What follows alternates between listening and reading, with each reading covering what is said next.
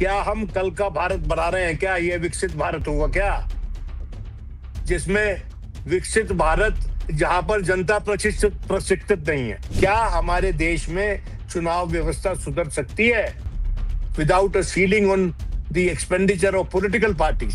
ये सरकार गलतियां कर रही है और लगातार कर रही है। मैं पूछ रहे हैं वो इंस्टीट्यूशंस कहाँ हैं जो लोकतंत्र के लिए एक ढाल बन के खड़े होते हैं, जिनका निर्माण ही काम के लिए किया गया है।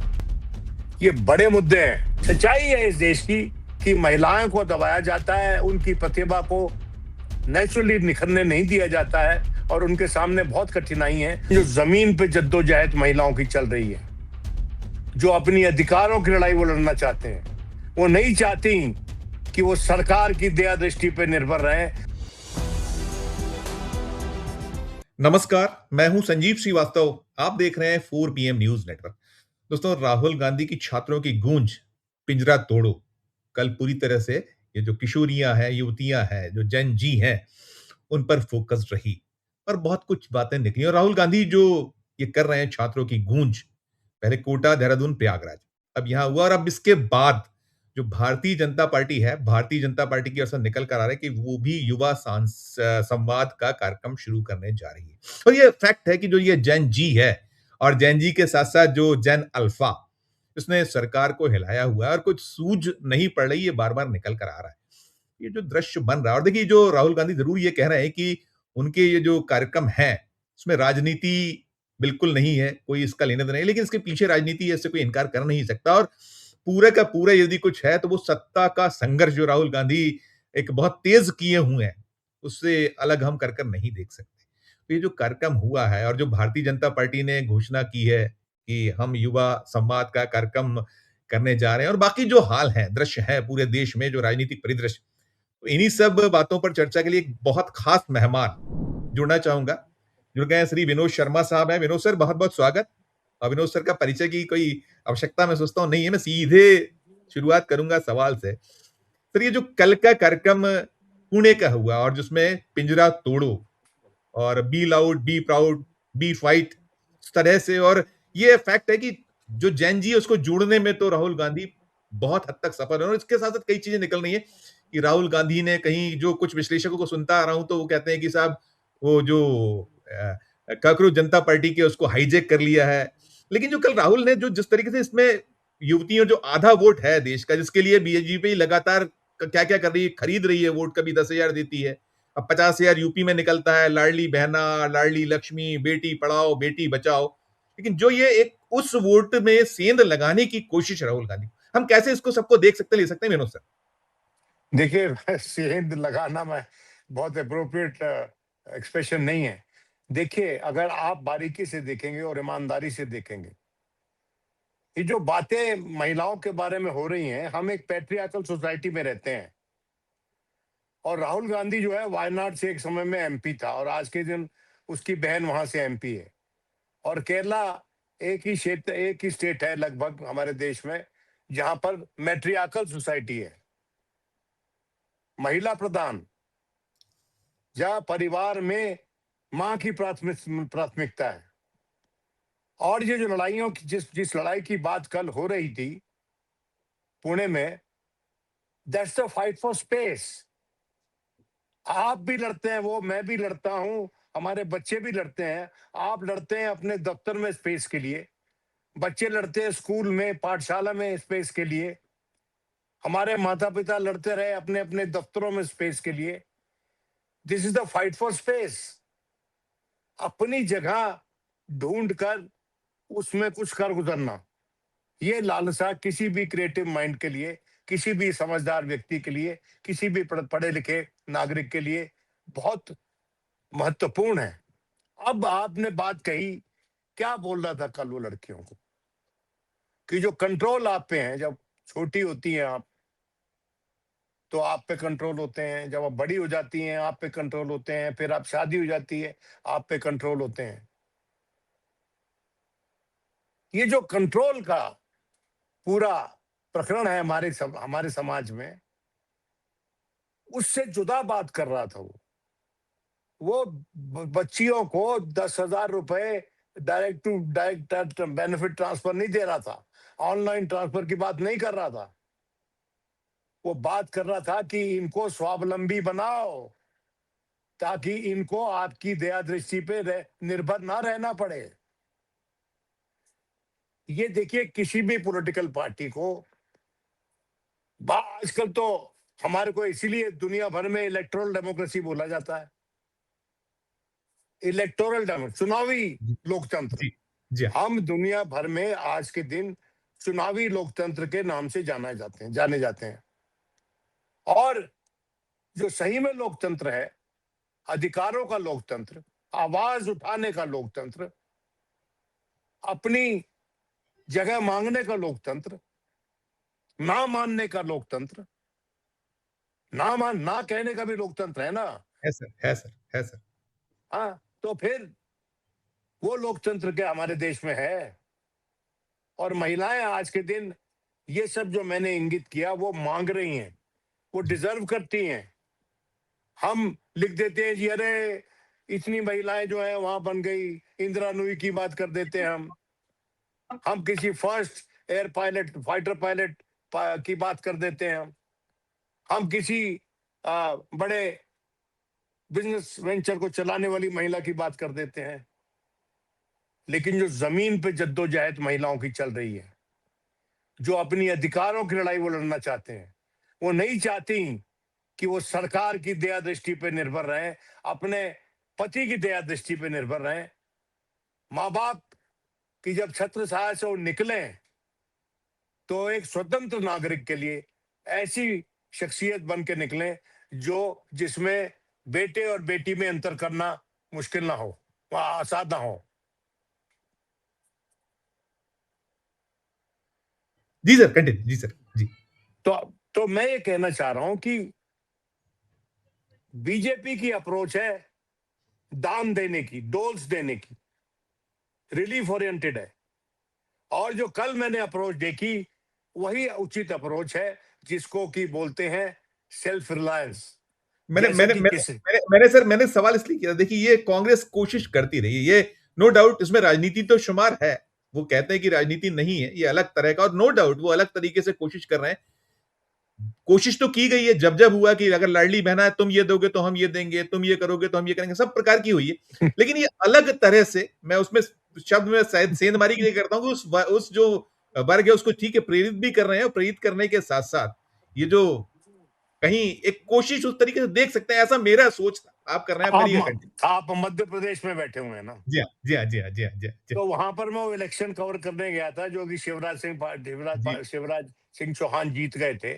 जी, व्यापम के परिप्रेक्ष्य में, और लाडली बहिना वगैरह का नया शोषा शुरू करके जी हाँ, मैं जमीन पे था उस वक्त। जी, और मैं आपको ये बताना चाहता हूं कि पैसा देकर वोट पाना, लास्ट मिनट पे, क्योंकि इलेक्शन कमीशन आपकी जेब में है, आप ऑनलाइन ट्रांसफर कर देते हैं। बिहार में हमने होते हुए देखा। और ये जो आपके यहाँ जो मध्य प्रदेश में जो पूरा इसको बोलते हैं जी, ये अफर्मेटिव एक्शन है क्या? नहीं, ये अफर्मेटिव एक्शन नहीं है। नहीं, और इसीलिए हम जैसे लोग अक्सर कहते हैं कि पॉलिटिकल पार्टीज के एक्सपेंडिचर पे सीलिंग लगाओ, पॉलिटिकल पार्टीज पे एक्सपेंडिचर टैक्स लगाओ, इनकम टैक्स नहीं, एक्सपेंडिचर टैक्स। जो जितना खर्चते हो उसके हिसाब से टैक्स दो सरकार को, वापस आए पैसा। ये पैसा कहां से आता है? ये पैसा प्लाव होता है, डेवलपमेंटल प्रोजेक्ट से लिया जाता है, कुछ ऐसा नुकसान करके, जैसे शिक्षा क्षेत्र में आज के दिन कितना percent of GDP state wise खर्च कर रहे हैं, और केंद्र में तो हमको पता ही है कि कितना खर्च कर रहे हैं। जो इनका वादा था 4, 4.5, 5% का, वो हो रहा है क्या? क्या हम क्या हम कल का भारत बना रहे हैं क्या? ये विकसित भारत होगा क्या, जिसमें विकसित भारत, जहां पर जनता प्रशिक्षित नहीं है? विकसित भारत विदाउट प्रशिक्षित जनता, ये इससे बड़ा कोई कॉन्ट्रडिक्शन हो सकता है? बताइए आप मुझको। तो इसलिए हम लॉजिकली बात कर रहे हैं। मैं किसी और लेवल पे इसको ले गया, लेकिन जो कार्यक्रम उसका हुआ है, कल का पुणे वाला वो कामयाब कार्यक्रम था। इससे पहले भी इसके कार्यक्रम कामयाब थे और मुझे संयोग ये था कि मैं I just happen to be in the crowd जब उसने देहरादून में रैली की थी, बरसात हो रही थी। मैं और मेरा एक मित्र हम लोग थे उस इलाके में, हम चले गए और बरसात हो रही थी और बरसात के बावजूद वहां पर करीबन 30-40 हजार का क्राउड था और एंथुजियास्टिक क्राउड था। यस। तो मेरा ये कहना है, कल भी यही दिख रहा था। कल हम लोग जो देख पा मेरा रहे थे। मेरा ये कहना है कि ये जो जनता पार्टी की नई टीम है, नई टीम पुराने विचारों वाले नहीं हो सकती। मैं आपको एक बात बताता हूं, सर। मैं ऑफन अपनी फेसबुक पे पोस्टर लिख देता हूं, बड़े एक मुद्दे पे बड़ा कमेंट करके अपने फेसबुक पे लगाता हूं। तो मैंने एक सवाल पूछ लिया कि जो लोग आज के दिन वंदे वंदे चिल्ला रहे हैं या कह रहे हैं, इन्होंने अंग्रेजों भारत जोड़ो कितनी बार बोला था? बढ़िया। लेजिटिमेट सवाल है, हिस्टोरिकली करेक्ट है।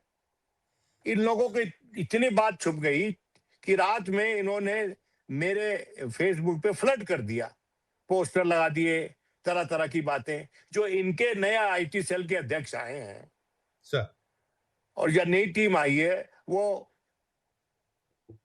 Old wine in new bottle है। ये सब लोग पहले थे। जो नए स्पोक्समैन भी अब लगाए हैं, माननीय जो राम माधव जी हैं, जो स्मृति जी हैं, ये भी पहले परिचित चेहरे हैं। इनका मुकाबला आप, मैं कांग्रेस को भूल जाओ, आप आशुतोष रंका और सौरभ दास से कैसे करवाएंगे इनका मुकाबला? सच बात। क्या उनके पास वो संपदा है इल्म की, नॉलेज सर। की, जो इन बच्चों के पास है क्या? बिल्कुल नहीं। ये बिल्कुल। जितने भी लाए हैं, और मैं चैलेंज करता हूं, और इसमें आप और पॉलिटिकल पार्टीज को भी इंक्लूड कर लें, कि हम जो इनके स्पोक्सपर्सन हैं, उनमें एक डिबेट करवा लें। कोई टेलीविजन चैनल वाला फॉर्मल डिबेट ऑर्गेनाइज नहीं करेगा, अपने टीवी पे डिबेट कर लेंगे टीआरपी के लिए, और उसमें अपने हिसाब से किसी को कितना बोलने देना है और नहीं बोलने देना वो भी निश्चित कर लेंगे। लेकिन पब्लिक डिस्कोर्स जब तक खुले आसमान के नीचे, खुली हवा में, खुली स्पेस में, खुले मन से ना किया जाए, तो वो पब्लिक डिस्कोर्स नहीं होता, वो कंट्रोल्ड डिस्कोर्स होता है। और वो कंट्रोल्ड, ये कंट्रोल की जो बात राहुल गांधी ने वहां की थी, सारी लड़ाई कंट्रोल पे है। Yes sir. सरकार जनता को कंट्रोल करना चाहती है, परिवार लड़कियों को कंट्रोल करना चाहते हैं, पति पत्नी को कंट्रोल करना चाहता है, माँ बेटियों को कंट्रोल करना चाहती है, माँ स्वयं कंट्रोल हो रही है कहीं और से। तो बराबरी की हिस्सेदारी महिलाओं को देने की जो बात है, वो एक बड़ा मुद्दा है, और उसके प्रति रेजिस्टेंस उतनी होगी जितनी कि हमने सती प्रथा के खिलाफ रेजिस्टेंस देखी, के खिलाफ जब मोर्चा था, तो उस वक्त हमने देखा था। जब रूप कमर वाली बात हुई, अगर आपको याद हो, राजस्थान का, सर याद है। उस वक्त कौन कौन पक्ष में उतरे थे पता है आपको? उस समय के सबसे बड़े बड़े बीजेपी के नेता उतरे थे, और वीपी सिंह की सरकार थी, मुझे याद है, जी। कल्याण सिंह कालवी वगैरह बड़ा प्रमुख रोल अदा कर रहे थे। तो सच्चाई है इस देश की कि महिलाओं को दबाया जाता है, उनकी प्रतिभा को नेचुरली निखरने नहीं दिया जाता है, और उनके सामने बहुत कठिनाई है। और कोई भी नेता, राहुल गांधी को छोड़िए, कोई भी नेता अगर उनकी समस्याओं की आवाज उठाता है और उस ह्यूमन रिसोर्स को अनलीश करता है ताकि अपना पूरा पोटेंशियल रियलाइज कर सके, तो काबिले तारीफ बात है। We should all welcome it, including BJP. Sir. Sir. Sir, लेकिन जो हमारी जो बिल्कुल ठीक है, आप जो कह रहे हैं कि ये जो माहौल तो क्रिएशन है, लेकिन हमारे यहाँ जो सारा कुछ है वो तो अल्टीमेटली जो चुनावी राजनीति है ना सर, तो चुनावी राजनीति को हम इसमें समाहित करें तो क्या जेन जी अकेला, ये जो राहुल गांधी का जो ध्येय है, देखिए सबका ध्येय यही कि ये जो इस देश में अराजकता का माहौल, ये जो सरकार है जो किसी की नहीं सुनती है, इसको हटाकर कुछ, वो खुद कहते हैं कि वो सत्ता के लिए तो वैसे नहीं लड़ रहा है, लेकिन फिर भी पीछे तो वही लड़ाई है। तो ऐसे में ये अकेला जैन जी उस मंजिल तक पहुंचाने में होगा, क्योंकि ये जो बाकी आपने बात की कि इन बच्चे तो हैं, लेकिन इनके यहाँ कहीं फ्रैक्शन है कि माता पिता की लाइन अलग है, वो तो उसी उसमें जी रहे हैं हीरा में, तो उसमें क्या कैसे जोड़िएगा, इसमें थोड़ा सा आपका अपना जो अनुभव। आपको एक मिसाल देता हूं मैं। सर। जब इंदिरा गांधी ने ऑपरेशन ब्लू स्टार के बाद गोल्डन टेम्पल को हैंड ओवर किया हाई प्रीस्ट को, उस मौके पे मैं वहां था गोल्डन टेम्पल में। और उससे एक रात पहले, 2 रात पहले, जब वो प्रिवेंटिव अरेस्ट कर रहे थे, तो उसमें हम भी चले गए थे वहां अंदर जेल में। रामबाग थाने के लॉकअप में हमने एक रात गुजारी, ये देखने के लिए कि किन लोगों को प्रिवेंटिव अरेस्ट में अंदर ले रहे हैं। यंग लड़के थे, कुछ लड़के तो दुनिया फिल्म के देख के आ रहे थे देवानंद की, और उनको बिठा लिया वहां पर। कोटा पूरा कर रही थी, कोटा दिया गया था हर थाने को। तो जब मैं देख रहा था वहां पर, तो एक बूढ़ा दादा होगा, छोटे से लड़के का, सिख, दोनों सिख थे, और वो ककाल तख्त के सामने खड़ा होके अपने बेटे को कह रहा है कि ये हमारी कौम के साथ अच्छा नहीं हुआ। और इसकी जवाबदेही, हालांकि शब्द तो वो बदला इस्तेमाल कर रहा था और उसके हाथ कांप रहे थे, और बेटा, वो जो पोता था, एक टक उसको देख रहा था। तो वहां से निकल के जो मैंने उसका अपने मस्तिष्क में आकलन किया, और मैं पंजाब से हूं, और सोचा ये लड़ाई तो लंबी हो गई, एक जनरेशन से दूसरी जनरेशन तक जाएगी। ये हर सरकार को अपनी गलतियों की इम्प्लीकेशन समझकर ही गलतियां करनी चाहिए। इलेक्शन जीतने से कुछ नहीं होता है, और जिस तरह से जीते जा रहे हैं उससे तो बिल्कुल नहीं होता है। अब आप मुझे देखिए, ज्ञानेश कुमार जी हमारे सेलिब्रेट हो रहे हैं अमेरिका में, यस जैसे कि sir. Donald Trump Paragon of democracy है। अब आप मुझे बताइए, वो डोनाल्ड ट्रंप जो है, जिसने ट्रांसफर ऑफ पावर से मना कर दिया था, अगर माइक पेंस ना होता उस वक्त उसका वाइस प्रेसिडेंट, और वो एंडोर्समेंट ना करता as chairman of the Senate, तो क्या ट्रांसफर ऑफ पावर होती अमेरिका में? मैं पूछ रहे हैं, वो इंस्टीट्यूशंस कहां हैं जो लोकतंत्र के लिए एक ढाल बन के खड़े होते हैं, जिनका निर्माण ही काम के लिए किया गया है। ये बड़े मुद्दे हैं। इलेक्शन जीत रहे हैं आप, किस तरह से जीत रहे हैं तमाम दुनिया जान रही है।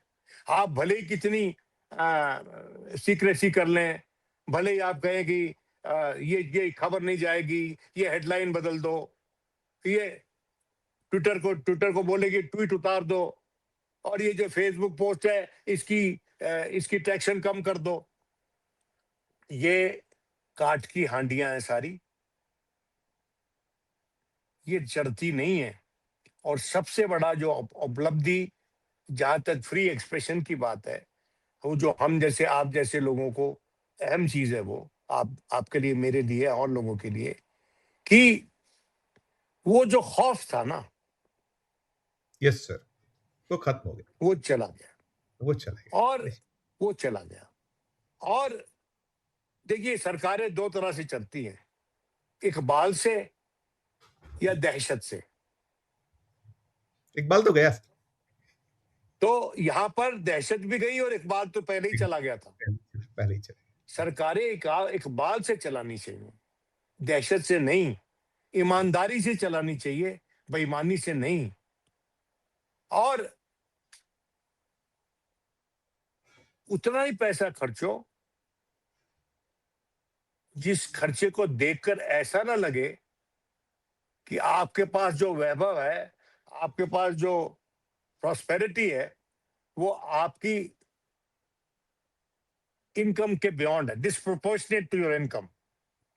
वो सर। केस चलाते हैं ना पॉलिटिशियंस पे, पॉलिटिकल पार्टीज पे क्यों नहीं चलना चाहिए वो case? Making expenditure disproportionate to the income, अगर पॉलिटिशियन पे लगता है तो पॉलिटिकल पार्टीज पे क्यों नहीं लगना चाहिए? आप मुझको बताइए, क्या हमारे देश में चुनाव व्यवस्था सुधर सकती है without a ceiling on the expenditure of political parties? तो ये बड़े प्रश्न है और ये प्रश्न उठ रहे हैं। और महिलाओं का जो प्रश्न था जो कि पुणे में हुआ, वो एक अहम प्रश्न है कि आप महिलाओं को अभी भी अपनी थंब के नीचे, अंगूठे के नीचे रखना चाहते हैं क्योंकि आप 10,000 रुपए देके वोट डलवाते हैं। ये सही नहीं है। सही इसलिए भी नहीं है कि जिस आदमी की शोहरत अमेरिका तक पहुंची है इन कामों के कारण पहुंची है, क्योंकि ये काम जो है आज का वहां जो हुक्मरान है उसको पसंद आ रहे हैं। ठीक, ठीक। सर ये लगातार चल रहा है सर कि ये लोग कुछ बड़ा सोच रहे हैं, ऐसा लग रहा है क्योंकि ये जो चुप्पी है, खामोशी है, मोदी और शाह जी उन्हीं की सरकार है। अब कुछ चीजें जैसे हम देख रहे हैं कि उनका तो अपना जो एक वो फ्रेम है उसी के तहत है, बाकी जो उनकी तैयारियां दिख रही हैं और उनके पास में जो है धनबल है, दलबल है, साम है, दाम है, दंड है, भेद है और ताकत है। साथ साथ जो जैसे वो पैलेट गन वाला हुआ, वो 8 घंटे तक वहां दिल्ली में इतना क्योस चला, फिर जाके आपने किया। तो ये और फिर एक चीज और भी निकली, मैं सब पे आप समअप कर दीजिएगा कि जैसे मैं इंडियन एक्सप्रेस की स्टोरी देख रहा था, अभी चल रहा है कि 29 में जो है एक साथ कई राज्यों के चुनाव हो सकते हैं, वो वन नेशन वन इलेक्शन। ये सब चीजों को हम कैसे डिकोड किया जा सकता है, इसको क्या इनके पीछे मकसद? देखिए, we will cross the bridge when we come to it. मैं इनकी उड़ाई हुई पतंगों पे व्यर्थ अपना समय बर्बाद नहीं करता हूं। जब आ जाएगा सामने खाका, मैप आ जाएगा सामने, तो फिर देखेंगे कि आगे का रास्ता कैसे बनेगा। मैं ये कहना चाहता हूं आपको कि इन्होंने अभी तक हाउस प्रोरोग नहीं किया। It has been adjourned sine die, 3-4 दिन में प्रोरोग हो जाता है, कभी कभी तो उसी दिन हो जाता है। इन्होंने अभी तक नहीं किया। ये समझते हैं कि विपक्ष की नजर नहीं है उस पर। जब हमारी है तो विपक्ष की क्यों नहीं होगी नजर? और शायद विपक्ष वालों ने तो बोला भी है इस पर थोड़ा कुछ। देखिए, बात यह है कि आंख मिचोली, हाइड एंड सीक, ये गवर्नेंस है क्या? ये पार्लियामेंट्री डेमोक्रेसी है? ये parliamentary democracy, hide and seek तो गुरिल्ला वॉरफेयर में होती है। आपने पार्लियामेंट्री डेमोक्रेसी को इस लेवल पे लाके खड़ा कर दिया है कि कोई आप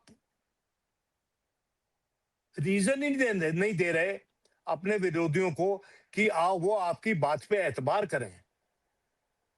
और आज के दिन हालत यह है कि आपकी बात पे जो लोग कल तक आप पे विश्वास करते थे, उनका विश्वास भी आजकल आज के दिन डोल रहा है। इनको पता नहीं जमीन से खबर आ रही है कि नहीं आ रही है। जो लोग खांटी राइट विंगर्स थे, वो भी आज के दिन they are open to an argument. पहले तो सुनते ही नहीं थे, लेकिन अब उनकी समझ में आ रहा है कि there is something rotten in the state of Denmark. जैसे जैसे वहां सॉरी, हुआ सर, मैं नहीं एक सवाल मेरा ये कुछ भी था कि मेरा वो भी सवाल था कि जो संसद मार्ग थाने पर जो हुआ, जिस तरह का हम 2 दिन पहले देखा, उतना लंबा वक्त वो क्या था सर? उसके पीछे क्या हम देख सकते हैं? क्या वजह रही भाई, होगी? भैया ऐसा है, ये ऑलरेडी शोज कि सरकार को अपनी एबिलिटीज में कॉन्फिडेंस चला गया है। भाई, आपने एक इशू बना के तश्तरी में परोस परोस के राहुल गांधी को पकड़ा दिया। एफआईआर, अरे वो इंक्वायरी हो रही है, वहां पर हमने सब एफआईआर क्लब की हुई हैं। एक आप एफआईआर, 0 एफआईआर रजिस्टर कीजिए और भेज दीजिए इंक्वायरी कमेटी को। इसमें क्या है? अरे भाई, ये समझते हैं। और ये क्या समझते हैं, इनसे पहले भी कई हुक्मरान आए, वो समझते यही थे कि जनता मूर्ख है और हमारे पास ही सारी विद्वता है। This cause the downfall of Indira Gandhi. राजनीति का पहला लेसन होता है अपने विरोधियों की गलतियों से सीखो, खुद गलतियां करके मत सीखो। ये सरकार खुद गलती करके सीखना चाहती है, और इससे पहले हजारों एग्जाम्पल है जिससे ये सीख सकती है, नहीं सीख रही। एफआईआर पे इतना बड़ा तूल, इतना बड़ा प्रॉब्लम हो गया। अरे भाई, मैं मान सकता हूँ पैलेट गन पे अब आप मुझे बताइए कैसे बहस करेंगे। नड्डा साहब ने बोल दिया कि कहीं नहीं चली पैलेट गन, जितेंद्र सिंह जी ने बोल दिया नहीं चली। जिस तरह से राजनाथ जी ने बोला था कि हमारा कोई जवान नहीं मरा सिंदूर है ऑपरेशन सिंदूर में। ये पार्लियामेंट में खड़े होकर जीवांत इतिहास लिखा जाता है। It is the institutional memory of India. आप उसके साथ टिंकर कर रहे हो, इसीलिए आप बहस नहीं होने देते वहां पर। आप समझ रहे हैं मेरी बात? इतिहास को कैसे बदला जाया जा रहा है कि इतिहास को रजिस्टर ही मत होने दो। तो देखिए, बहुत सारे फ्रंट खोल लिए हैं सरकार ने बदकिस्मती से। और अंग्रेजी में एक प्रोवर्ब है, स्प्रेडिंग योरसेल्फ थिन, या you are skating on thin ice. जब थिन आइस में आप स्केट करते हो तो नीचे जो तरफ टूट जाती है और खाई में गिर जाते हो आप नीचे। ये सरकार गलतियां कर रही है और लगातार कर रही है। और जो इनके दार्शनिक हैं, इनके जो क्या इन्होंने वो बनाई थी मार्गदर्शक मंडल, आजकल तो मार्गदर्शक मंडल भंग है, तो मार्गदर्शन तो हम समझते हैं कि नागपुर से आना चाहिए, वहां से भी नहीं आ रहा। तो भाई आप मुझे बताइए ना कि how will the new IT chief who's come in place of Mr. Malviya, how will he make a difference, qualitative difference? बिल्कुल, बिल्कुल। बताइए ना मुझको। और उसके पास क्या वो भाषा है, क्या वो इल्म है, क्या वो लर्निंग है जो ये 3-4 लड़कों के पास है क्या? बिल्कुल नहीं, बिल्कुल तो किसी इसीलिए सूरत। मैं कहता हूं भी इनसे बहस करवाओ और इनको स्टेज पे लाओ के खड़ा करो कि बहस करो आपस में, जैसे कि अमेरिका में होती है। तो वैसे तो अमेरिका की नकल करोगे, मन में ये भी रखोगे आस कि एक दिन हम प्रेसिडेंट बन जाएंगे भारत के और एग्जीक्यूटिव प्रेसिडेंसी होगी प्रधानमंत्री के बाद। ये मन में है, लेकिन व्यवस्था नहीं बना रहे आप, स्ट्रक्चर नहीं बना रहे आप। और जहां की आप नकल करते हैं वहां तो फर्स्ट अमेंडमेंट है, वहां पर तो मेरे बोलने का आपके बोलने का अधिकार कोई नहीं छीन सकता। वहां नहीं, नथिंग लाइक रीजनेबल रिस्ट्रिक्शन। बिल्कुल नहीं, तो ये क्या बातें हैं? देखिए मेरी बात सुनिए। ये उन्होंने कहा जी वो हम ये कर देंगे, उन्होंने outreach to Gen Z, outreach to Gen Z in which language, on what issues, किस भाषा में और किन के द्वारा, और जो चेहरे आप प्रोजेक्ट करेंगे उनकी क्रेडिबिलिटी कितनी होगी, क्या वेटिंग हुई है उनकी? आप मुझे आज के दिन बता दीजिए कि मैं हैरान हो जाता हूँ। मैं कई बार देखता हूँ मैं टेलीविजन पे डिबेट्स देखता हूँ और ऐसे ऐसे लोगों को बोलते हुए सुनता हूँ मैं, तो मुझे लगता है कि this is the sure recipe of how not to win the hearts of people. Election जीत गए आप, मान गए भी आप तो बड़े इलेक्शन जीत रहे हैं, लेकिन वहां पर जो इंतजार कर रहे हैं 20 लाख से ज्यादा वोट लोग कि हमारा वोट है भी या नहीं है, और वो सुप्रीम कोर्ट से गुहार लगाए हैं और सुप्रीम कोर्ट ने वादा किया है कि अगले इलेक्शन में डाल लेना। तो हम ईश्वर से प्रार्थना कर रहे हैं और माननीय सूर्यकांत शर्मा जी से प्रार्थना कर रहे हैं। वो पूरा नाम पता नहीं क्यों नहीं लिखते अपना, सूर्यकांत शर्मा जी से प्रार्थना कर रहे हैं कि जल्दी से जल्दी न्याय दिलवाने की चेष्टा कीजिए उन लोगों को जो इंतजार में है, लाखों की तादाद में वेस्ट बंगाल में बैठे हुए हैं। बंकिम चंद्र चटर्जी, बंकिम चंद्र कहाँ से थे? बंगाल से थे ना। जी हाँ, तो उनके बंगाल में तो ये जो हो रहा है ठीक नहीं है। नहीं है, तो सिर्फ आप उनका गाना गाएंगे? बहुत बढ़िया।